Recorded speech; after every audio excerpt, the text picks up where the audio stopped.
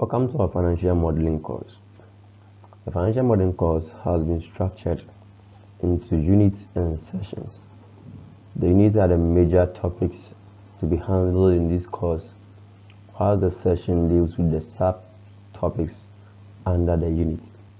In this course, we have a total of 36 sessions, which is made up of 6 units. So in every unit, we are going to consider 6 different sessions, which are being considered as subtopics under the unit. Generally, Unit 1 discusses the introduction to financial modeling, where we consider the overview of financial modeling, types of data, asset prices and returns, financial distributions, where we also consider the efficient market hypothesis and predictability, among others. This session is session 1 of the unit 1 that deals with the general introduction of the financial modeling.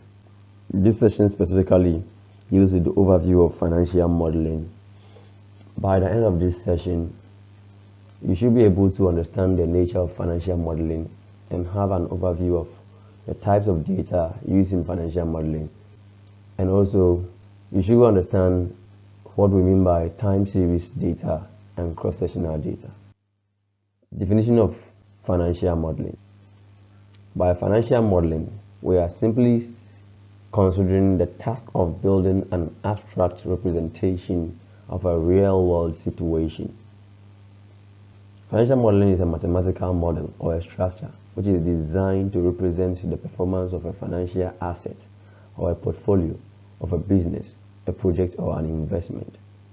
Financial modeling has diverse meanings to disciplines such as accounting and corporate finance applications, as well as quantitative finance. To the corporate world or to corporate finance and accounting, financial modeling simply has to do with translating a set of hypotheses or suppositions about the behavior of market or agent into numerical predictions. To quantitative finance, it entails the development of sophisticated mathematical models or equations. Unlike the corporate finance and accounting, where we are simply speaking about how to translate general hypotheses into some numerical predictions which are simply normal to be dealt with. To quantitative finance, financial modeling is quite sophisticated. It deals with building equations that are complex, even though we aim to make it very simple, but it is in a way quite complex. Building models to quantitative finance is quite complex, and it deals with some form of equations that are quite not understandable, but they are meant to achieve a specific purpose.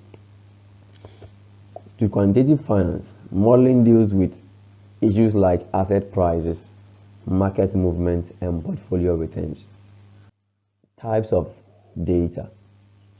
We should be able to understand the fact that there can never be financial modeling without financial data. In short, data is the fuel or the basic input that aids financial models. So in summary, we are saying that data is the raw material on which financial modeling relies or depends. So meaning we need data in order to embark on financial modeling or undertake any form of financial modeling. Data involves all the relevant information which is necessary in making informed decisions or choices.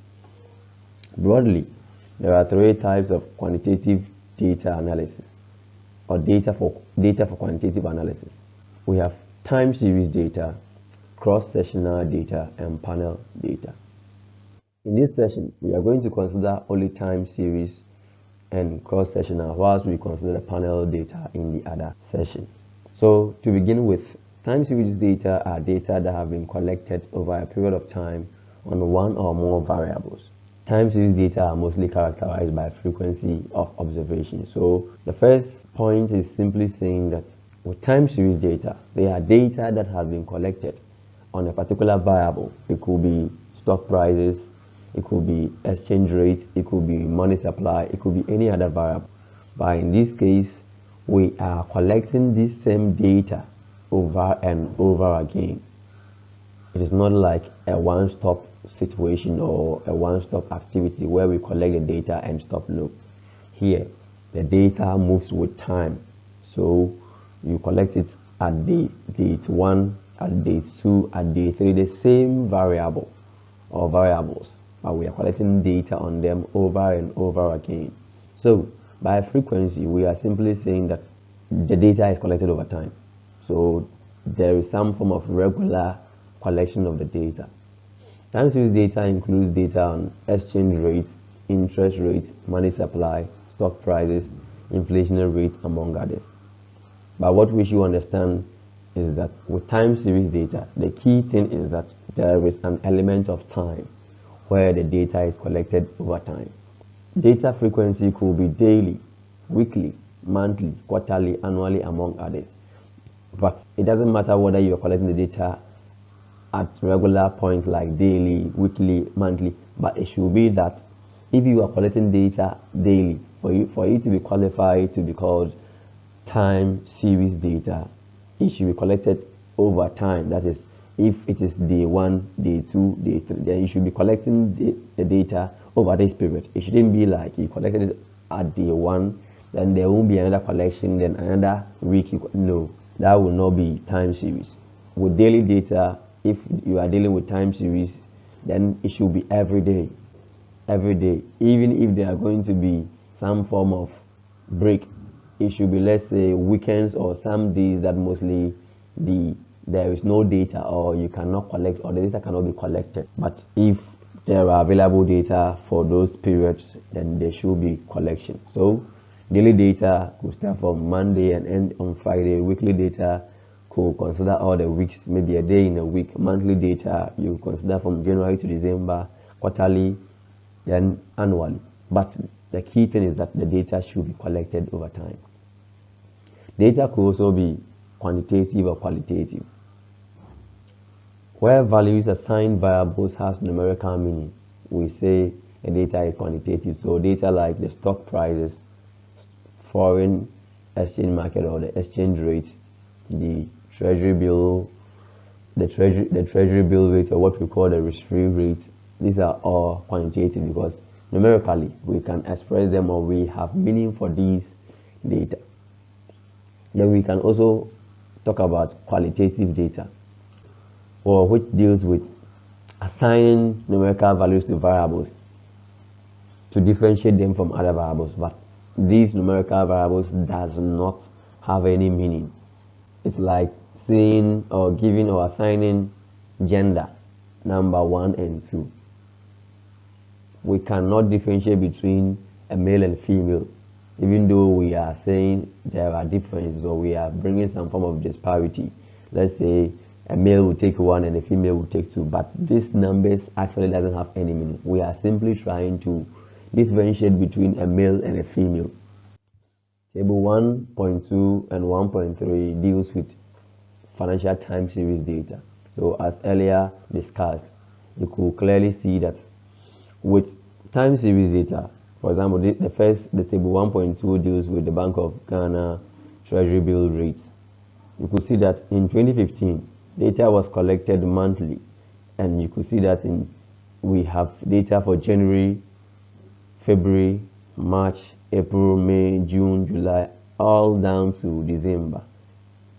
This is where the time series or the time value or the time element comes to play. You realize that we were not breaking points. The data was collected at January, it was done, so we are doing it at regular interval, considering it's monthly. So that is time series data, because we are considering almost all the months. We are not ignoring some of the months, or we are not rejecting some of the months, and we are doing it over and over again. That is time series.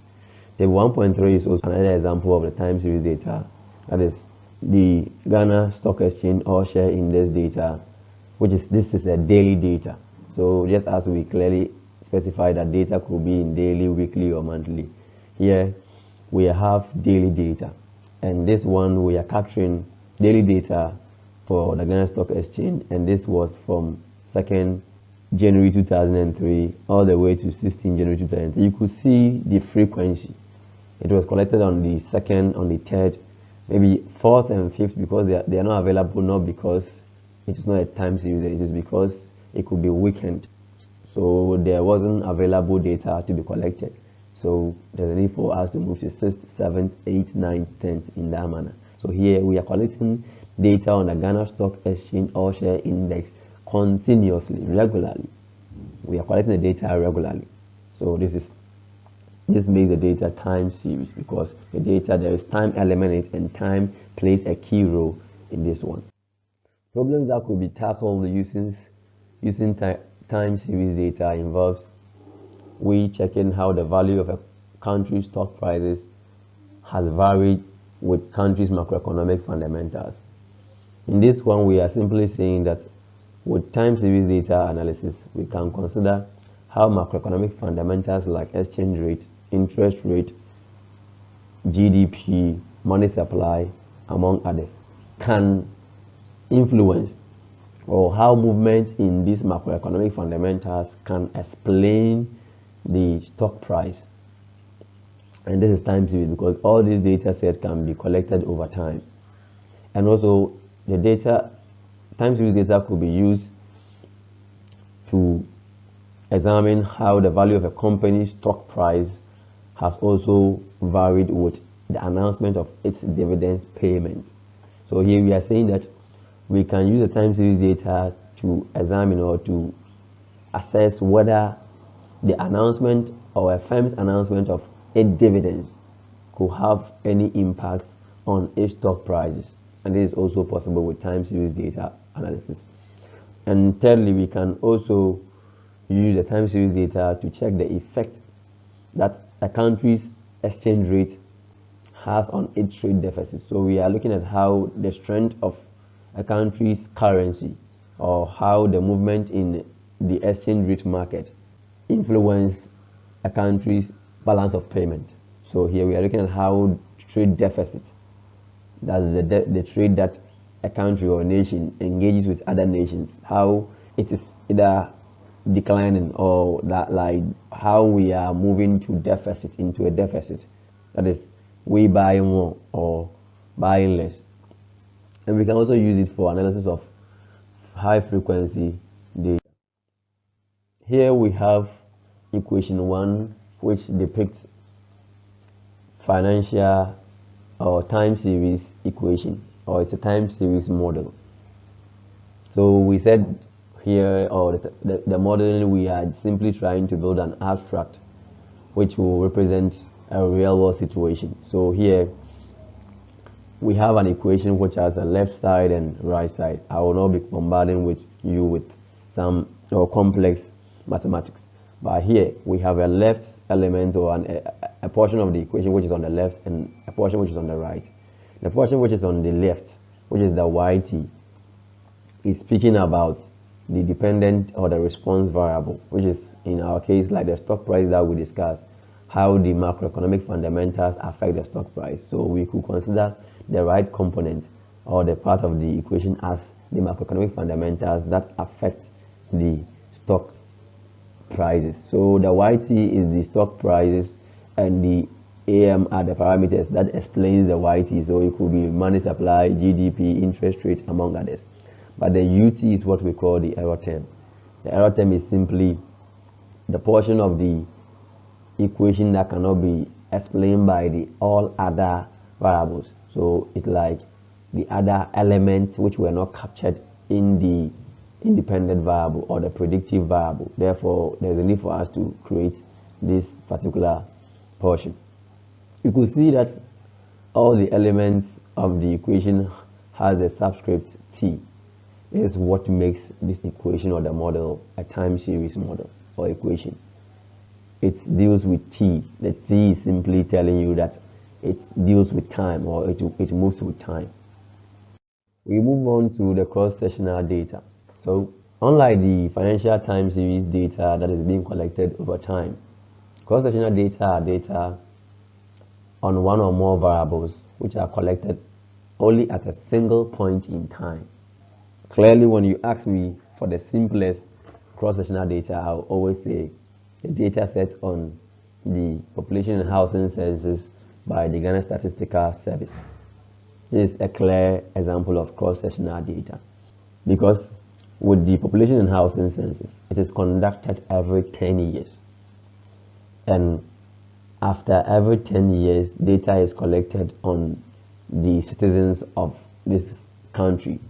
And data like occupation, income, living standard, among others, are collected on participants, which are, in this case, citizens of the country. You clearly see that the population and housing census is conducted in a particular month, which is in that same year in a particular month. So assuming after collecting this data, we go back to Ghana Statistical Service and ask them, okay, a data was collected on citizens about their living standard or other portfolios like their bios, their background information and stuff. Here, we can ask the Ghana Statistical Service maybe if it's possible to get data on these concepts or on these people, and if they can only provide us with that data based on the time or only at the time that they collected it. Assuming they collected this data in February, the fact is, if you go to them and ask them for this same data in March, they don't have it. In May, they won't have it. June, they won't have it, because they only collected this data at a regular point. Sorry, at a point in time, only at a specific point in time or a period. So it was collected, if it is in May 2021, only May 2021 data. So this data was collected only at a point. So only May is cross-sectional. You collected the data on a variable, one or more variable at a single point in time. Nothing more, nothing less.